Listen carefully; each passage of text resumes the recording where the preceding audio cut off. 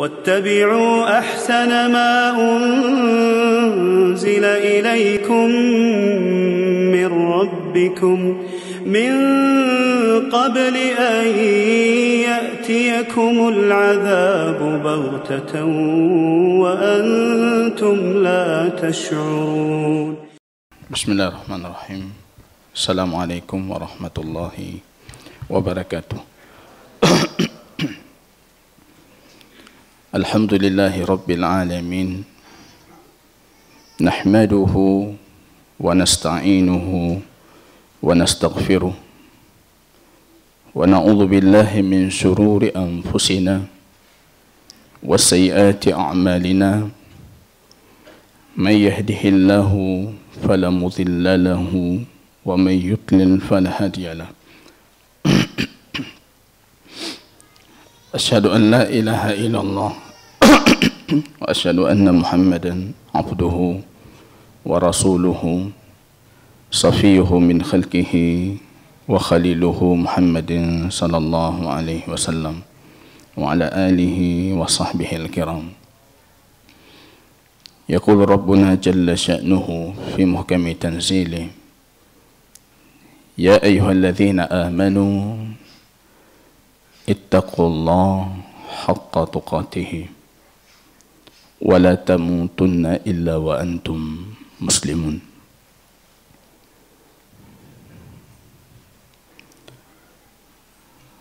Kaum muslimin dan muslimat sidang jamaah salat subuh yang diberkahi oleh Allah Subhanahu wa ta'ala. Pujian dan syukur tiada hentinya senantiasa kita panjatkan keharibaan Allah Subhanahu wa ta'ala atas segala taufik dan hidayah di pagi yang penuh keberkahan ini. Kita kembali mempelajari ayat-ayat Allah dan hadis-hadis baginda Rasul sallallahu alaihi wasallam, terutama tentang pembahasan yang sangat penting dalam hidup kita berkaitan dengan hak Allah. Hak Allah yang harus kita tunaikan, yaitu menyembah Allah, beribadah tanpa menyekutukan Allah dengan sesuatu apapun. Kaum muslimin sidang jamaah yang berbahagia, kita masih di pertanyaan terakhir yang kita kupas pada pertemuan yang lalu, masih berkaitan dengan ma makna syahadah anna Muhammadan Rasulullah. Apa makna dan konsekuensi dari syahadah, kesaksian kita kalau baginda Rasul Muhammad sallallahu alaihi wasallam itu Rasul Allah. Tentunya pertanyaan sebelumnya kita juga sudah mengupas apa dalil itu, apa bukti dalil syar'i yang menunjukkan kalau baginda Rasul Muhammad itu Rasul Allah. Itu pada pertemuan yang lalu kita bicarakan dalil-dalil yang menunjukkan kalau baginda Muhammad itu adalah Rasul Allah. Justru kita mengatakan sesuai dengan firman Allah, laqad mannallah, itu nikmat yang sangat besar sehingga Allah berhak menyebutkan nikmat itu kepada kita dan mengulang-ulanginya dalam banyak ayat dalam Al-Quran. Ketika diutus kepada kita seorang nabi min jinsikum, dari jenis kalian, seperti kalian, abdun, seorang hamba seperti kalian yang diutus, bukan dari kalangan malaikat, bukan dari kalangan jin. Ini adalah sebuah karunia yang sangat besar yang Allah mengulang-ulangi menyebutkan kalau itu nikmat yang harus kita syukuri. Nikmat yang harus kita syukuri. Belum lagi dengan karakter-karakter baginda Rasul, sifat-sifat baginda Rasul, Raufun, Rahimun, Azizun alaihi ma'anitum, tidak mau kita terbebani, sangat berkasih sayang, sangat mencintai umatnya, itu semuanya sifat-sifat baginda Rasul yang sepatutnya kita syukuri. Ini pembuktian kalau Muhammad itu Rasul Allah. Maka saya mengatakan pada pertemuan yang lalu, ini nantinya yang akan jadi pertanyaan kedua ketika kita berhadapan dengan Allah Subhanahu wa taala. Kalau kata Imam Ibn Qayyim, lan tazulu kadama 'abdin yaumal qiyamah. Telapak kaki kita belum hilang bekasnya di hari kiamat sehingga ditanyakan dua perkara itu. Madza ta'budun? Apa yang kalian sembah? Itu la ilaha illallah yang sudah kita kupas dengan syaratnya, dengan rukunnya, dengan konsekuensinya. Wa bimadza ajabtumul mursalin? Nabi yang diutus kepada kalian itu, bagaimana kalian menyahutinya? Bagaimana kalian menjawabnya? Itu syahadah anna Muhammadan Rasulullah dengan segala konsekuensinya, dengan segala maknanya, dengan segala haknya yang harus kita tunaikan. Dalam hadis Imam Tirmidzi, belum hilang suara terompah itu qar'uni ali ahadikum hatta ya'tiyahu malakani aswadani azraqani yuqalu li ahadihima munkaru wa lil akharu nakir. Jadi dalam hadis Imam Tirmidzi, dimasukkan hamba ke dalam liang lahatnya, belum hilang suara terompah salah satu dari kalian kecuali dia sudah didatangi oleh dua malaikat yang hitam, asraqani, hitamnya itu sampai biru, itu hitam kebiruan itu. Saya kalau hitam kehijauan itu sering kita lihat orang Afrika di Arab, tapi kalau hitam sampai kebiruan ini yang belum pernah kita lihat, itu hitam sekali. Yuqalu li ahadihima al-munkaru. Yang satu itu dinamakan munkar. Sedangkan satu lagi itu nakir. Munkar nakir. Bukan nangkir, nakir. Apa pertanyaannya? Mar rabbuk? Itu jawabannya syahadah alla ilaha illallah. Dengan segala konsekuensinya. Yang menyahuti dan menjawab itu amalnya. Maka tidak pernah diperintahkan talqin untuk mengajarkan, dia menyahutinya, amalnya. Wa man rabbuk? Syahadah anna Muhammadan Rasulullah. Orang munafik dalam hadis Imam Tirmidzi mengatakan, yuqalu sami'tu annahum yaquluna annahu fulan fulan fulan.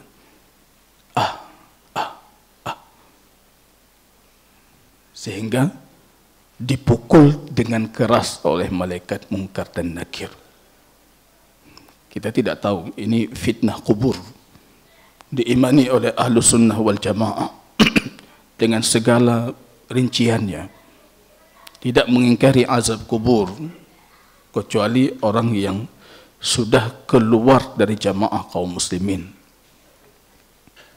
Tawatur, mutawatir khabarnya, riwayatnya secara tawatir, itu kita imani.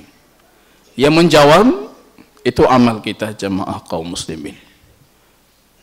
Bagaimana kita mampu mengamalkan konsekuensi dari syahadah kita dengan syaratnya, terpenuhi syaratnya, terpenuhi rukunnya.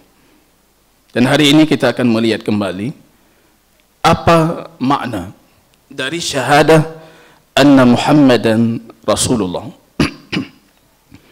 Qala al-muallif rahimahullah, makna dari syahadah itu as-tasdiqul jazim min samimil qalbi al-muwati' li qawli lisan bi anna Muhammadan abduhu wa rasuluhu ila khaffatin nasi insihim wa jinnihim syahidan wa mubashiran wa nadhira wa da'iyan ila Allah bi idnihi wa sirajan munira. Ini konsekuensi pertama. At-tasdiq al-jazim. Kalau di sini Syekh Hafid Al-Hakami itu menjabarkan secara panjang.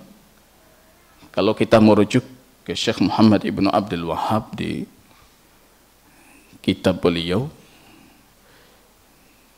meringkas konsekuensi ini dengan tasdik, membenarkan apapun yang dibawa oleh baginda Rasul, kemudian mentaati apapun yang diperintahkan oleh baginda Rasul, kemudian meninggalkan apapun yang dilarang oleh baginda Rasul, kemudian jangan menyembah Allah kecuali dengan syariah baginda Rasul.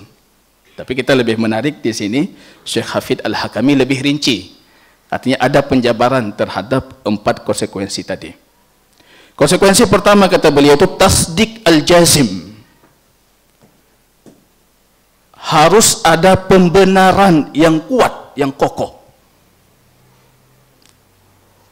Min samimil qalb, dari sanubari hati yang paling dalam, al-muwati' liqaulil lisan, tidak cukup pembenaran hati kata beliau, harus sesuai dengan ikrar lisan bahwasanya Muhammad itu abduhu wa rasuluhu.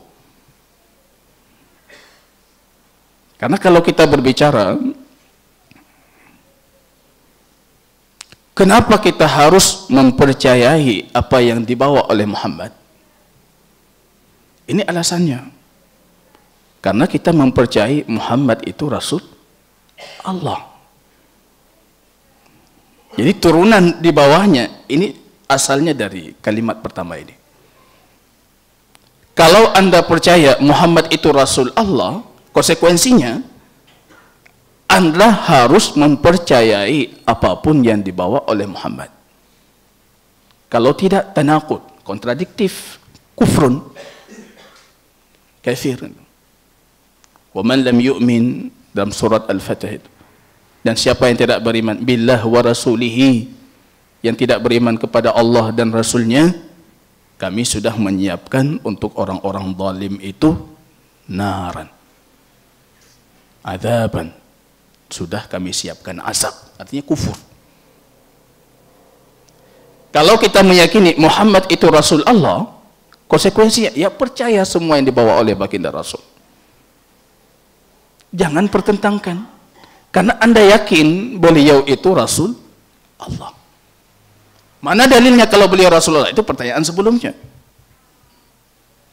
Dan banyak sekali perintah Allah dalam Al-Quran yang menuntut kita mempercayai Muhammad itu Rasul Allah. Aminu billahi wa rasulihi wan nuril ladzi anzalna. At-Taghabun ayat 8. Berimanlah kalian, ini perintah tegas sekali. Beriman kepada Allah, beriman kepada Rasulnya, dan beriman kepada cahaya petunjuk yang kami turunkan. Beriman. Kalau sudah yakin Muhammad itu Rasul Allah, kita sudah menetapkan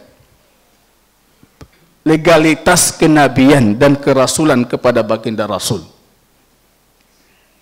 Dari hati kita paling dalam. Diikrarkan dengan lisan kita. Itu baru sah kita masuk Islam. Kalau dalam buniyal Islam ala khamsin, didirikan Islam atas 5 perkara. Bahkan dalam satu hadis yang sahih, baginda Rasul mendengar suara azan itu. Allahu Akbar. Apa kata Rasul? Alal fitrah. Itu fitrah itu. Kita mengagungkan Allah, itu fitrah. Kafir, muslim, semuanya mengagungkan Allah. Tapi ketika muadzin didengar oleh baginda Rasul mengatakan asyhadu anna Muhammadan Rasulullah. Apa kata Rasul? Dakhalal Islam. Dia sudah masuk Islam. Sebelumnya belum. Kalau sebatas Allahu Akbar belum. Asyhadu anna Muhammadan Rasulullah. Apa kata Rasul? Dakhalal Islam. Dia sudah masuk Islam. Kalau sudah yakin itu anna Muhammad Rasulullah, konsekuensi selanjutnya ini harus kita yakini. Apa konsekuensinya? Fayajibu. Ini fa, ini seperti fa jawab. Ini bahasa Arab atau bahasa Indonesia? Arab. Masya Allah, paham semua kita. Nah, harus diterjemahkan. Jadi kenapa fokus ke sana, fokus ke sini? Ya, fayajibu itu fal jawab, artinya ada kaitan dengan syarat sebelumnya. Kalau Anda sudah mempercayai Muhammad itu sebagai Rasul Allah, fayajib, maka kewajiban selanjutnya apa? At-tasdiqu atau tasdiquhu fi jami' ma akhbara bihi, mempercayai semua khabarnya, semua berita yang beliau bawa kita percayai. Kita ulas pada pertemuan yang lalu. Di sini ada dua bentuk tasdik yang dibawa oleh baginda Rasul. Tasdik pertama itu mempercayai legalitas kerasulan beliau. Beliau khatimun nabiyyin, penutup dari seluruh para nabi dan rasul. La nabiyya ba'di, tidak ada nabi setelahku. Bukan si fulan yang bernama La itu nabi setelahku. Tidak ada nabi setelah. Wa Muhammadun aba ahadim min rijalikum walakin Rasulullah wa khatimun nabiyyin. Muhammad itu bukan bapak salah satu putra dari kalian. Muhammad itu Rasul dan penutup para nabi. Penutup para nabi itu. Yang syariahnya itu mendominasi seluruh syariah sebelumnya. Itu harus kita imani ketika kita mempercayai legalitas baginda Rasul. Syariah baginda Rasul nasikhah, itu penutup ataupun memansuhkan, menghapus seluruh syariah sebelumnya.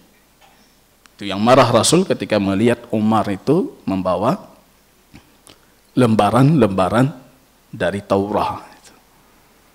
Baginda Rasul mengatakan, "Lau kana akhi Musa hayyan," kalau sekiranya saudaraku Musa alaihissalam masih hidup, ma wasi'ahu illa tiba'i, dia tidak layak kecuali harus mengikutiku. Ini sudah mansuh.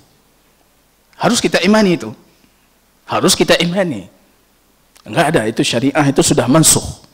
Sudah disempurnakan dalam syariah baginda Rasul. Beliau penutup para nabi, syariahnya itu memansuhkan seluruh syariah sebelumnya. Dan syariahnya itu syariah terbaik. Harus kita imani itu. Afdalu syara'i. Syariah terbaik itu syariah baginda Rasul.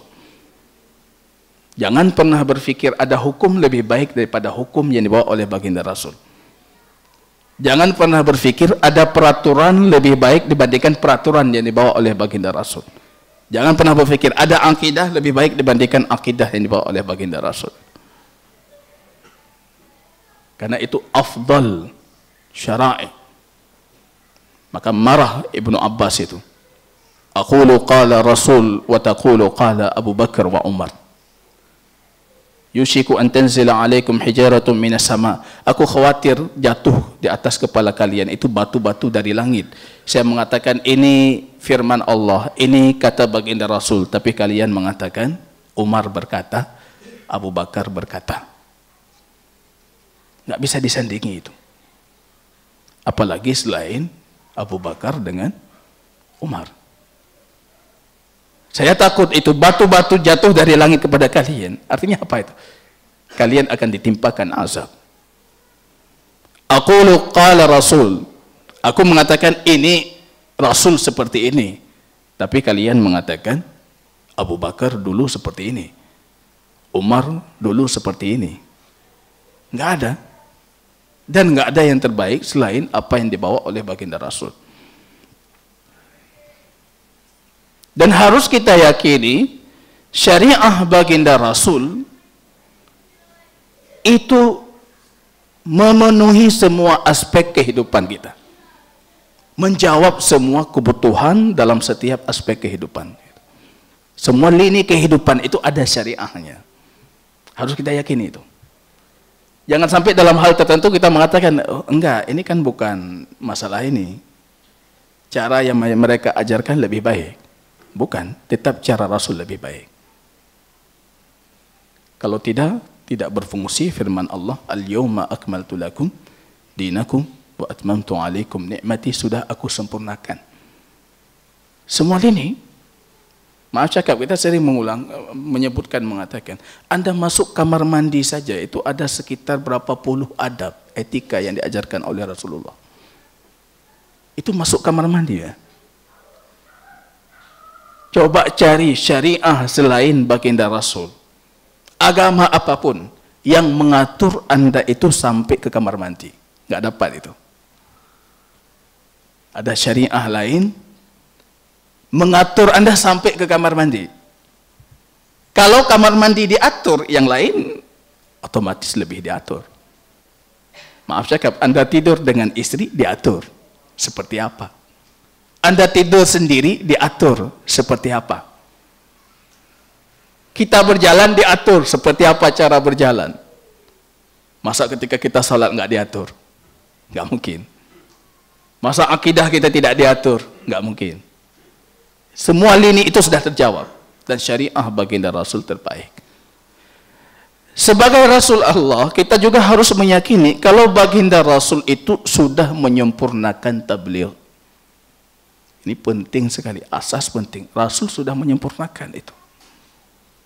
Jangan sampai ada perkara syariah yang Rasul saja tidak tahu. Maka saya sering mengatakan kalau Rasul jadi imam salat kita, atau jadi makmum di belakang kita, bingung Rasulullah setelah salat. Hana ilmelun. Bingung Rasul.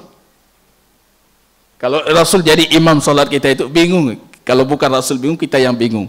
Kok Rasul tidak melakukan seperti kita? Mana mungkin itu baik kalau Rasul saja tidak mengetahuinya. Tidak akan baik. La yasluh akhir hadhil ummah. Itu kesimpulan Imam Malik. Umat ini, akhir dari umat ini tidak akan baik kecuali sebagaimana baik mereka dahulunya. Illa bima saluha awaluhum. Kecuali dengan apa mereka dulu baik gitu. Itu semuanya, keyakinan itu berlandaskan karena keyakinan itu Muhammad itu Rasulullah. Jadi konsekuensinya, fayajibu tasdiq fi jami' ma akhbara bihi. Semua yang beliau sampaikan wajib kita tasdik, imani, kita percaya itu. Jadi urutannya kata para ulama ada 3. Ada khabar dari baginda Rasul, itu disepakati kalau itu sahih dari baginda Rasul. Itu langsung kita terima, selesai. Ada khabar dari baginda Rasul, disepakati itu tidak sahih dari baginda Rasul. Hadis maudhu, hadis palsu, hadis mungkar, hadis yang derajat dhaifnya lemah sekali. Bahkan untuk ihtijaz ataupun isti'nas saja tidak boleh kita gunakan. Harus kita tolak. Selesai itu. Tolak. Namun ada juga jenis yang ketiga, kabar dari baginda Rasul belum jelas ini. Dhoniyatus subut. Itu belum pasti ini betul dari baginda Rasul ataupun bukan. Ada ulama yang mengatakan ini sahih, betul dari baginda Rasul. Ijtihad para ulama. Ada yang mengatakan ini tidak sahih, hadisnya lemah sekali, ijtihad para ulama. Jadi itu kita sesuai dengan ijtihad siapa. Kalau kita bukan ahli ijtihad, ijtihad siapa yang kita ikuti. Dan kita tidak mengharuskan harus mengimani apa yang tidak kita yakini itu benar dari baginda Rasul. Banyak kabar Rasulullah. Sekarang sudah gampang sekali, sudah dihimpun dalam sunnah-sunnah baginda Rasul, kitab sunnah. Dari baginda Rasul yang para ulama menyepakati penerimaannya. Kewajiban kita mengakui dan membenarkan, mengimani semua kabar itu. Misalnya apa itu? Sahih Bukhari, Sahih Muslim. Itu talaqqat al-ummah bil qabul. Umat ini secara ijma' menerima Sahih Bukhari Muslim. Khabar Sahih Bukhari Muslim tidak patut untuk diragukan lagi kebenaran itu sebagai sabda baginda Rasul. Nggak bisa diragukan lagi. Dulu ada yang mencoba untuk meragukan beberapa hadis saja. Rupanya akhir kesimpulan yang meragukan yang salah, bukan Imam Bukharinya. Imam Daruqutni misalnya menulis mustadrak, menulis berbagai macam mustadraj. Rupanya ketika diteliti yang salah bukan Bukhari Muslimnya, Imam Daruqutninya. Bukhari Muslim itu sudah diterima oleh umat sebagai hadis baginda Rasul secara ijma'. Artinya kalau sudah diijma' oleh umat, kita tidak bisa menyelisihi lagi. Jadi hadis Bukhari Muslim sudah selesai itu. Kabar-kabar yang harus kita percayai. Belakangan ini karena di musim Rabiul Awal ini sering yang mengirim termaktub dalam Sahih Bukhari misalnya. Kisah itu Abu Lahab kalau mendapatkan pancaran air dari ujung kukunya itu. Salah satu keluarga Abu Lahab disebutkan dalam riwayat yang lain dalam Musannaf Abdul Razak, Al-Abbas, paman baginda Rasul, melihat dalam mimpi.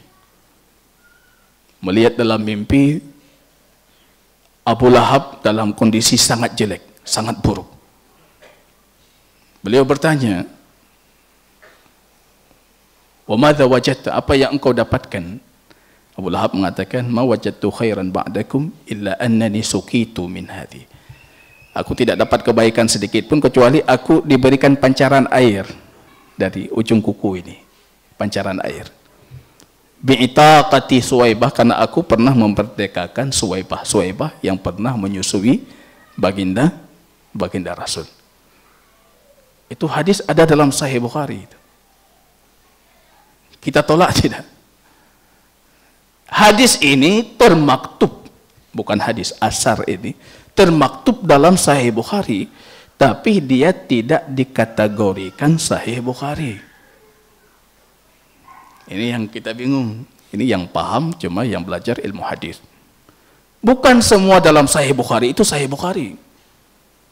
Karena Sahih Bukhari itu punya ketentuan dan syaratnya. Coba lihat nama kitab Sahih Bukhari itu apa? Ada yang tahu? Nama kitab Sahih Bukhari. Kita hadiahkan buku kita minggu depan nih. Jadi sudah berapa kali hadiah tapi nggak jadi-jadi karena nggak ada yang bisa jawab. Nama kitab Sahih Bukhari itu Sahih Bukhari. Apa nama kitab Sahih Bukhari?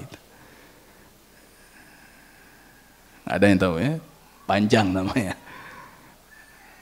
Al-Jami' Al-Musnad As-Sahih Al-Mukhtasar min umuri Rasulillah sallallahu alaihi wasallam wa sunanihi wa ayyamihi. Nyanan kitab yang panjang tadi itu nama kitab. Sebenarnya dari nama kitab yang paham ilmu hadis itu langsung tahu Imam Bukhari itu punya ketentuan dan syarat untuk sahihnya. Al-Jami' ini menghimpun, kitab ini menghimpun semua. Al-Musnad itu kabar yang bersambung dan sampai ke Rasulullah. Coba lihat, arti musnad itu apa? Kabarnya sambung, sanadnya itu nyambung sampai ke Rasulullah, nggak terputus. As-Sahih, karena bukan semua musnad itu sahih. Beliau mensyaratkan harus sahih. Kenapa Sahih Bukhari lebih unggul dibandingkan Sahih Muslim? Karena Imam Bukhari dalam ketentuan sahihnya perawi harus berjumpa, dipastikan berjumpa baru beliau terima. Kalau cuma hidup satu masa tidak beliau terima itu. Beda dengan Muslim. Kalau Imam Muslim satu masa udah oke. Kalau Imam Bukhari tidak. Imam Bukhari harus tahu fulan dengan si fulan itu berjumpa. Oh, betul berjumpa, betul. Baru beliau terima hadisnya. Kalau cuma diketahui fulan hidup di Banda Aceh, fulan di Banda Aceh, tahunnya sama, ini pasti mungkin berjumpa. Oh, itu enggak beliau terima. Kalau Imam Muslim cukup sekedar satu masa. Maka Sahih Bukhari lebih kuat. As-Sahih Syarat sahihnya lebih ketat. Al-Mukhtasar, dan ini kata beliau ringkasan. Yang Sahih Bukhari itu masih ringkasan menurut beliau itu. Itu ringkas saja.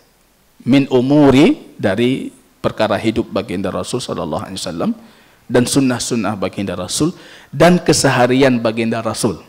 Di situ titiknya. Artinya di situ nama kitabnya secara sempurna. Kalau melihat kisah Abu Lahab itu bukan musnad. Karena hadisnya memang urwah mursalan, kata Imam Bukhari. Diriwayatkan dari urwah secara mursal, artinya sanadnya terpotong. Ini cuma beliau sebutkan isti'nas. Saya sering mengatakan isti'nas itu kemangat kuah kalau bahasa Aceh. Bukan untuk hujjah dan dalil. Terlebih ini cuma khabar mimpi yang dilihat oleh Al-Abbas. Semenjak kapan mimpi itu bisa jadi hujjah? Bisa jadi dalil. Ini cuma kabar mimpi. Kemudian sanadnya terpotong. Disebutkan dalam Sahih, disebutkan, tapi itu bukan hadis Imam Bukhari. Disebutkan dalam Sahih Bukhari, tapi itu bukan hadis Imam Bukhari. Harus pahami ini. Karena hadis Imam Bukhari itu harus al-musnad as-sahih. Kalau hadis Imam Bukhari, wajib kita terima bil qabul. Kita harus menerimanya. Hadis Imam Muslim, wajib kita terima apapun khabar darinya. Kita bingung, ya terserah. Karena keterbatasan ilmu dan logika kita, akhirnya kita bingung. Bagaimana Isra Mi'raj, bagaimana ini, bagaimana itu, kita bingung, ya terserah. Itu namanya tasdik mutlak, mempercayai tanpa mempertanyakan alasan. Itu tingkat cinta yang sangat tinggi terhadap Rasulullah. Ketika datang khabar Rasul, nggak bertanya kita, kenapa seperti ini, kenapa bukan seperti ini, tapi kita dengan kecintaan kita tasdik mutlak. Itu jarang dapat dari umat ini, seperti Abu Bakar As-Siddiq. Orang datang kepada Abu Bakar ketika Isra Mi'raj baginda Rasul, banyak kaum muslimin yang baru-baru masuk Islam itu goyah itu. Masa Rasulullah dalam satu malam ke Palestina, ke Syam, kemudian naik ke atas langit, pulang lagi pagi hari udah di sini, nggak mungkin itu, nggak masuk logika mereka. Orang Quraisy itu ingin mempengaruhi Abu Bakar. Coba lihat itu sahibukum, apa kata kawanmu itu? Tadi malam dia sudah ke Syam, sudah ke langit, udah turun lagi. Tersenyum Abu Bakar. Engkau percaya itu? Percaya, kata Abu Bakar. Bagaimana aku tidak percaya itu? Yang lebih dari itu aku percaya. Dia mengatakan kepadaku, datang kabar dari langit setiap pagi dan petang, aku beriman. Kalau itu ya sepele sekali. Itu tasdik mutlak. Mempercayai tanpa harus mempertanyakan alasan. Rasul bercerita itu tentang Nabi Musa alaihi salam. Menonjok satu malaikat maut itu yang datang ingin mencabut ruh Nabi Musa dalam Sahih Bukhari. Mata malaikat itu keluar. Saking kerasnya tonjokan Musa. Kawan saya sampaikan hadis ini, dia naik ke atas meja. Han mungkin ya hadis Rasul. Wah mungkin, dalam Sahih Bukhari coba lihat, saya bilang. Masalah logika kita nggak nangkap. Masa malaikat ditonjok keluar matanya? Ya itu logika kita terbatas. Kita nggak kenal malaikat. Kita tidak pernah melihat pukulan Musa. Terbatas. Tugas kita ya imani. Pernah dalam satu majelis juga, saya menyebutkan hadis dialog Musa alaihi salam dengan Adam. Musa mengatakan, gara-gara engkau kami keluar dari surga. Entahlah rohnya. Musa keras orangnya. Rupanya keras dengan bapaknya, Adam alaihi salam. Gara-gara engkau kami keluar. Apa kata Adam alaihi salam itu? Itu sudah Allah tetapkan 50.000 tahun sebelum aku diciptakan. Fahajjahu Adam, kata Rasul, kalah hujahnya Musa. Musa langsung diam. Boleh berdalil dengan takdir kalau kita sudah bertaubat itu. Kalau belum jangan. Anda temayang, itu takdir Allah yang jangan. Anda sudah bertaubat dulu, maaf cakap, qadar Allah, kita pernah mencuri. Dah bertaubat, masih dinyinyir sama kawan. Mencuri. Itu sudah Allah tetapkan 50.000 tahun sebelum aku diciptakan itu. Nah itu boleh. seperti hujahnya Adam. Ada satu murid saya ketika saya jelaskan hadis ini bertanya, kapan jumpanya? Kapan jumpanya? Saya bilang ketika hadis dibacakan oleh Umar ibn Abdul Aziz, ada karyawan beliau atau orang yang penasehat beliau di istana kerajaan khilafah yang bertanya juga seperti itu. Kapan jumpanya? Umar bin Abdul Aziz masuk penjara. Tak mau dalam penjara ke dia. Rasul mengatakan sudah selesai. Kapan jumpa, di mana jumpa, bagaimana bisa jumpa, kok bisa jumpa, masuk penjara, tamat penjara. Sehingga kamu bertobat baru aku keluarkan. Murid saya langsung terdiam. Nggak bisa kita tanyakan itu. Logika kita terbatas. Tentang ruh, tentang jasad Nabi ini, itu ilmu kita belum cukup. Yang penting itu Bukhari Muslim. Umat sudah menerima secara ijma' bil qabul, tugas kita menerimanya. Apapun yang disebutkan oleh baginda Rasul sallallahu alaihi wasallam. Apa kata pengarang kitab kita di sini? Min anba'in ma qad sabaq wa akhbaru ma sayati, baik kabar-kabar yang sudah lampau dicerita oleh Rasul terima, atau apa yang kan terjadi dicerita oleh baginda Rasul, kewajiban kita menerima. Wa fima ahalla min halalin wa harrama min haramin, apa yang beliau halalkan kita terima, yang beliau haramkan juga kita terima. Dan ini legalitas baginda Rasul sesuai dengan petunjuk Allah untuk menghalal dan mengharamkan.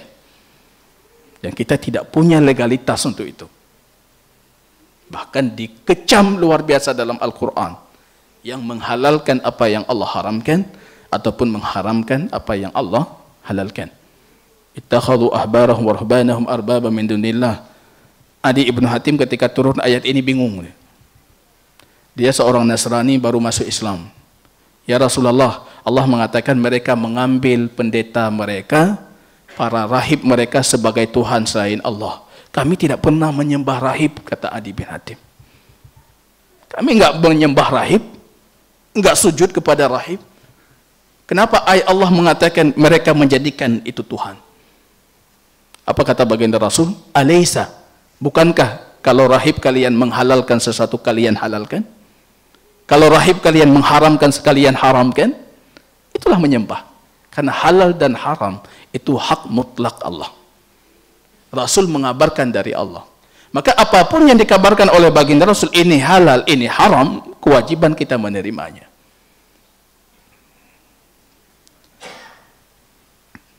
Itu bentuk menetapkan ataupun menyaksikan syahadah kalau Muhammad itu Rasul Allah.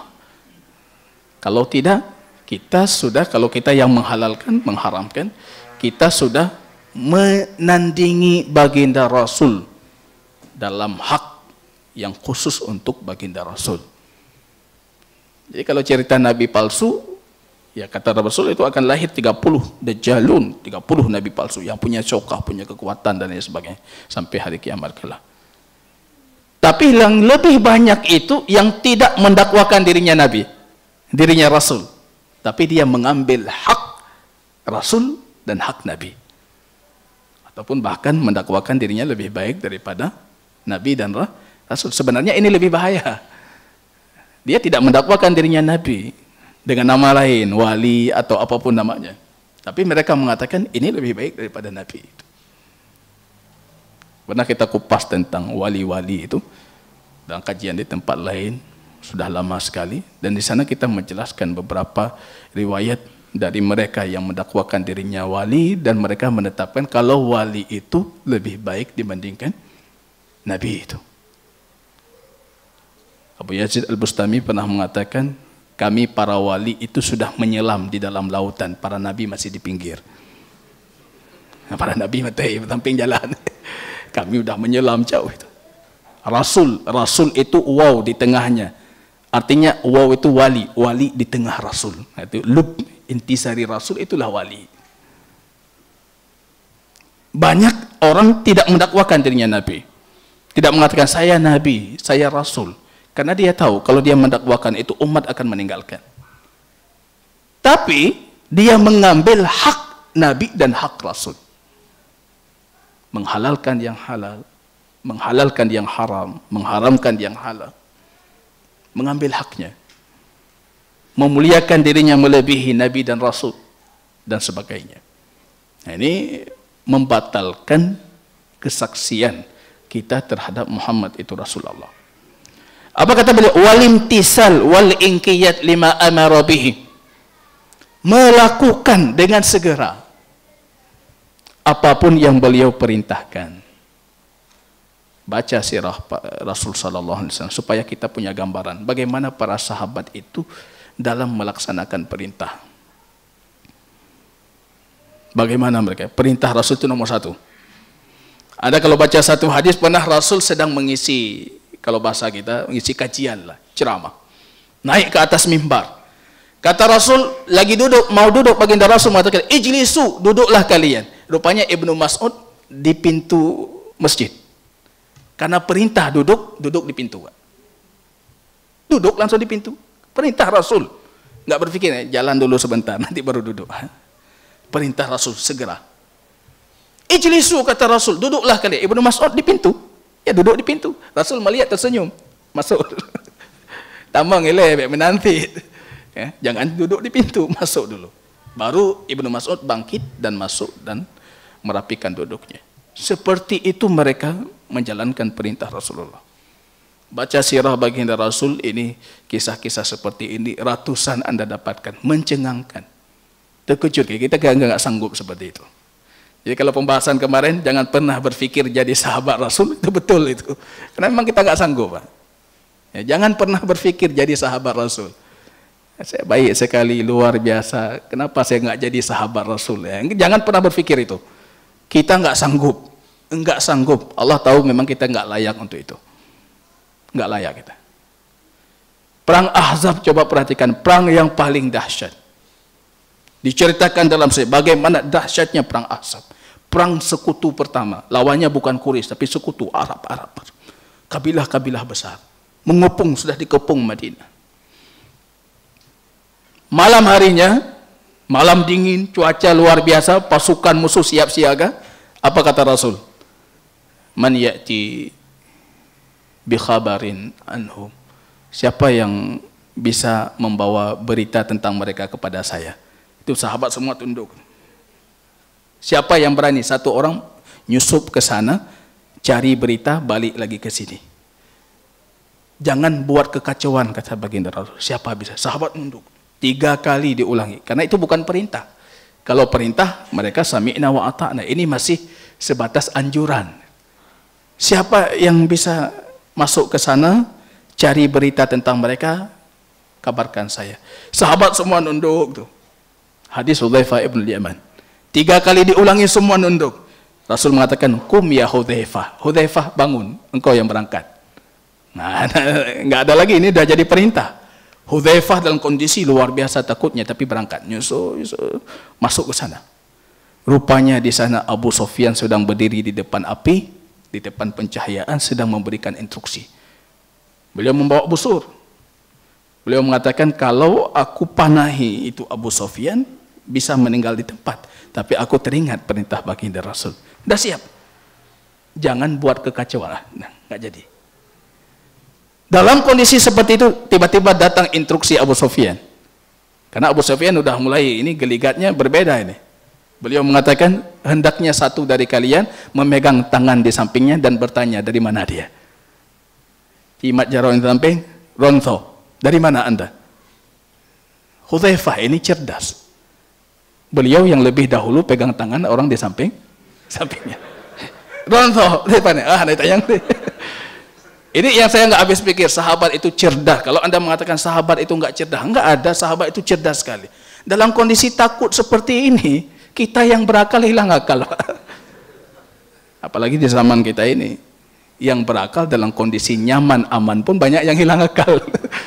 Ini dalam kondisi luar biasa seperti itu. Digambarkan dalam sejarah bagaimana kondisi Ahzab, malam Ahzab itu. Dahsyat sekali. Hudzaifah langsung pegang tangan. Kamu siapa? Fulan. Dari mana? Dari fulan. Beliau nggak ditanya lagi. Langsung pulang mengabarkan, ya Rasul, mereka kondisi seperti ini, seperti itu, seperti itu. Rasul mendoakan, siapa yang berangkat, dia bersama saya besok hari kiamat. Ganjaran pahalanya besar, tapi nggak ada satupun yang berani berangkat. Artinya Hudzaifah mendapatkan predikat itu, membersamai baginda Rasul di hari kiamat. Ini imtisal mereka. Kalau udah ditunjuk selesai. Perintah Rasul, kalau perintah. Kalau pertama tadi masih anjuran. Kalau perintah, mereka bersegera melakukan. Turun ayat hijab, gorden yang ada di rumah itu gorden-gorden ditarik, dijadikan hijab. Turun pengharaman khamar, itu di sepanjang jalan Madinah, khamar-khamar itu tertumpah ruah. Seperti itu mereka melakukan perintah. Walaupun kadang berat di hati. Umar punya istri namanya Atiqah. Umar ibn Khattab, Ghayura, seorang yang sangat cemburu terhadap istrinya. Sering kalau orang keras itu pasti cemburu dengan istrinya. Yang melunak itu yang sering melunak. Tapi Umar itu cemburu sekali. Atiqah ini kalau Umar pergi salat berjamaah, Atiqah ikut.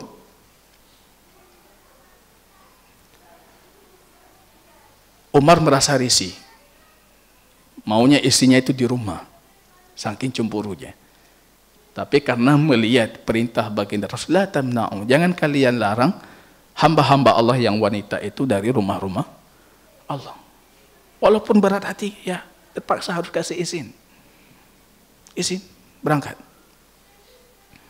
Nanti datang anak Ibnu Umar yang bernama Bilal. Rupanya hadis ini diajarkan oleh Ibnu Umar kepada anak-anaknya. Abdullah Ibnu Umar. Jangan kalian larang anak-anak kalian, isi-isi kalian, hamba-hamba Allah yang wanita itu dari rumah-rumah Allah. Bilal ini seperti Umar juga. Ini cucu Umar. Cemburunya luar biasa. Langsung berdiri. Wallah la amna. Demi Allah akan aku larang. Marah luar biasa Ibnu Umar, bapaknya itu. Aku qala Rasul. Aku katakan. Rasul mengatakan jangan larang. Kamu berdiri mengatakan aku larang. Wallah la ukallimuka madumtu hayya. Aku tidak akan berbicara denganmu selama hidupku. Hana berhabaling. Walaupun anaknya. Rasul sudah mengatakan, Anda masih mengatakan membantahi baginda Rasul. La tarfa'u aswatakum fawqa sautin. Jangan kalian angkat suara kalian di atas suara Nabi. Apalagi menjatuhkan suara Nabi. Menjatuhkan suara itu bahasa Aceh. Redsu itu. Menjatuhkan suara. Apalagi kita tidak mau mengamalkan, artinya jatuh suara aja itu. Mengangkat suara di hadapan Nabi nggak boleh. Bahkan para ulama membuat kaidah, kalamuhul manthur ba'da mamatihi mislu kalamihil masyhur fi hayatihi. Ucapan baginda Rasul setelah beliau wafat itu sama hukumnya seperti ucapan beliau ketika masih hidup. Itu sama. Mendengar hadis baginda Rasul, jangan angkat suara. Kalau Imam Malik itu sampai duduk dulu. Wahai Imam, hadis ini duduk dulu. Imam Malik seperti itu. Nggak mau beliau sambil berdiri menyampaikan hadis. Duduk, mengenakan almis, minyak wangi, sudah Masya Allah bersuci, minyak wangi sudah wangi, baru beliau menyampaikan hadis Rasulullah. Imtisal, kalau imtisal mereka itu nomor satu itu. Kalau baca kisah panjang pernikahan Usamah ibnu Zaid, kekasih anak kekasih baginda Rasul, dengan Fatimah bintu Qais. Fatimah bintu Qais ditalak oleh suaminya 3 talak. Tidak dikasih rumah, tidak dikasih nafkah. Datang ke Rasul menghadu. Rasul mengatakan, nanti kalau selesai iddah, datang lagi ke saya. Selesai iddah, hadis Bukhari Muslim. Selesai iddah, datang lagi. Dia mengatakan, Fatimah mengatakan, ya Rasulullah, Muawiyah datang, ingin melamarku. Abu Jahal datang, ingin melamarku. Ini siapa yang aku terima? Karena Rasul ini kondisinya, kondisi diminta syuranya, diminta pandangannya, tentunya beliau harus memberikan pandangan terbaik. Beliau mengatakan Muawiyah itu rajulun tarib, ya, seorang pemuda miskin. Ya nanti jadi khalifah, tapi sekarang masih miskin. Banyak di antara kita sekarang miskin, besok berbeda, dunia ini berbalik-balik. Dia seorang pemuda miskin. Artinya itu termasuk kriteria juga itu. Pemuda miskin. Wa Abu Jahmin rajulun darrabun linisa. Abu Jaham itu suka memukul perempuan. Anak gazin. Dua-duanya tidak baik. Fankihi, nikahlah dengan Usamah ibn Zaid. Usamah itu anak dari Ummu Aiman. Itu apa dapatnya? Budak yang diwariskan oleh baginda Rasul dari bapaknya. Anak dari anak angkatnya di masa jahiliyah, Zaid ibn Harisah. Sayang sekali Rasul dengan Usamah. Usamah itu kulitnya hitam. Hitam sekali. Tidak tampan, hitam.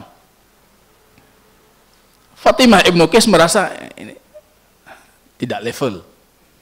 Bekas anak budak. Walaupun budak Rasulullah. Kekasih baginda Rasul. Rasa berat. Tapi Rasul mengatakan, Ati Allah wa Rasul, khairun laki. Taati Allah dan Rasul itu lebih baik untukmu. Langsung mengatakan, iya. Menerima nikahnya Usamah. Apa kata Fatimah ibnu Qais? Setelah kami menikah, faqtabtuhu. Rupanya aku sangat mencemburuinya karena kebaikan akhlaknya. Gak tahu. Luar biasa. Kebaikan. Kalau Anda mengikuti Rasul, ujungnya pasti kebaikan. Walaupun hari ini berat, terasa berat. Tapi kebaikan. Mendahulukan ketaatan Rasul bahkan melebihi keinginan pribadi mereka. Melebihi keinginan pribadi. Fatimah kan punya hak untuk menikah dengan siapapun. Tapi tetap kata Rasul, taat Allah, taat Rasul itu lebih baik. Rupanya akhirnya kata Fatimah bintu Qais, seperti yang Rasul sabdakan, itu lebih baik. Jadi taat saja, imtisal, lakukan. Bahkan kalau bisa disegerakan dilakukan. Disegerakan, jangan diakhir-akhirkan. Taat, imtisal, ya. Kemudian kata pengarang kitab kita Syekh Hafidh Al-Hakami, wal kafu wal intiha amma naha anhu wattiba' syariatihi waltizam sunnatihi, dan menahan diri terhadap apapun yang dilarang olehnya. Jadi apapun larangan baginda Rasul, kalau sahih dari baginda Rasul, kewajiban kita menahan diri. Wattiba' syariatihi waltizam sunnatihi, dan mengikuti syariahnya. Kalau bahasa Syekh Muhammad bin Abdul Wahhab, Allah ya'budallah illa bima syara', jangan dia menyembah Allah kecuali dengan apa yang dia syariatkan. Wa anna ta'atahu ya ta'atullah, taat Rasul itu taat Allah, karena beliau Rasul Allah. Wa ma'siyatuhu ya ma'siyatullah, maksiat Rasul itu maksiat Allah. Li'annahu muballighun anillah wa risalatihi walam yatawaffahullah hatta akmala bihiddin, karena dia itu cuma menyampaikan apa yang Allah perintahkan. Beliau tidak wafat kecuali sudah menyempurnakan risalah. Jadi perintah Allah sudah disempurnakan. Bahkan di Hajjah Wada Rasul menjadikan manusia itu bersaksi. Qala hal balagtu, sudah aku sampaikan semuanya. Sudah, kata kaum muslimin. Allahumma syahad, ya Allah saksikan kalau aku sudah menyampaikan apa yang engkau sebutkan. Maka tidak ada ibadah yang mungkin Rasul tidak mengetahuinya. Kalau itu ibadah, pasti Rasul itu mengetahuinya. Wa taraka ummatahu ala mahajjatil bayda, meninggalkan umat ini di atas mahajjah yang bayda, di atas putih yang sangat bersih. Lailuha kanahariha la yazigu anha ba'dahu illa halikun. Itu hadis Rasul, ya. Hadis panjang Irbat ibnu Sariyah, itu tentang fitnah. Rasul meninggalkan umat ini dalam kondisi putih terang. Ajaran ini terang sekali. Enggak ada yang samar-samar, jelas sekali. Maka tidak mungkin ada pembahasan krusial dalam akidah kita, tapi itu samar-samar. Itu nggak mungkin itu. Pembahasan sifat Allah, pembahasan ini Allah, itu kan pembahasan krusial sekali, penting sekali, urgen sekali. Masa masih ambigu, masih sama-sama? Nggak mungkin itu. Ditinggalkan kita dalam kondisi terang benderang, lailuha kanahariha sawa. Seperti siang yang tidak tertutupi dengan kegelapan sedikit pun. La yazighu anha ba'dahu illa halik. Tidak ada yang menyimpang dari ini kecuali dia akan celaka. Apa kata pengarang kitab kita di akhir pembahasan ini? Wa fi hadzal bab masail satati insyaallah, dan ada pembahasan-pembahasan lain berkaitan dengan hal ini akan kita bicarakan selanjutnya. Artinya di poin-poin di pertanyaan selanjutnya. Wallahu taala alam bisawab. Kita cukupkan di sini. Kalau pertanyaan selanjutnya itu syarat syahadah anna Muhammad Rasulullah, beliau menguatkan sama seperti syarat la ilaha illallah. Jadi syarat 8 la ilaha illallah itu syarat untuk Muhammad Rasulullah. Ilmu, kalau masih ingat, ilmu, kemudian yakin, kemudian qabul, penerimaan. Setelah qabul, al-inqiyad, mentaati. Kemudian as-sidq, kejujuran.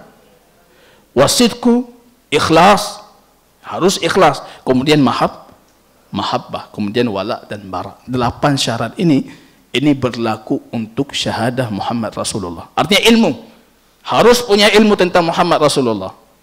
Konsekuensi turunan tadi, harus punya ilmu tentang sunnah-sunnah Rasulullah. Itu untuk menunjukkan kalau kita mengikuti legalitas kerasulan. Punya ilmu, kemudian yakin dengan sunnah-sunnah baginda Rasul.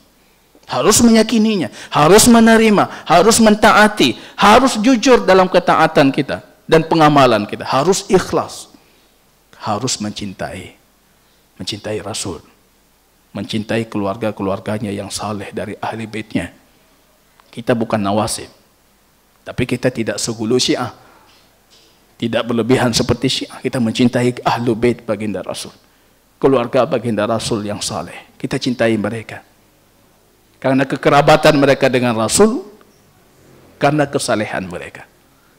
Mencintai mereka, mencintai orang yang berdakwah sesuai dengan petunjuk baginda Rasul, mencintai umat yang mengikuti petunjuk baginda Rasul, mahabbah. Kemudian wala dan bara. Artinya itu PR-PR yang luar biasa besar yang masih ada di pundak kita kaum muslimin rahimani wa rahimakumullah. Terus kita membekali diri kita dengan ilmu yang nafi, ilmu yang bermanfaat, ilmu yang mengangkat syubhat dan syahwat dari hati kita. Karena ilmu itu tidak bermanfaat kecuali bisa menghilangkan keraguan, menghilangkan syak dan prasangka, dan kemudian bisa membersihkan hati kita daripada syubhat-syubhat, daripada syahwat-syahwat. Subhanakallahumma bihamdika asyhadu an la ilaha illa anta astaghfiruka wa atubu ilaik. Assalamualaikum warahmatullahi wabarakatuh.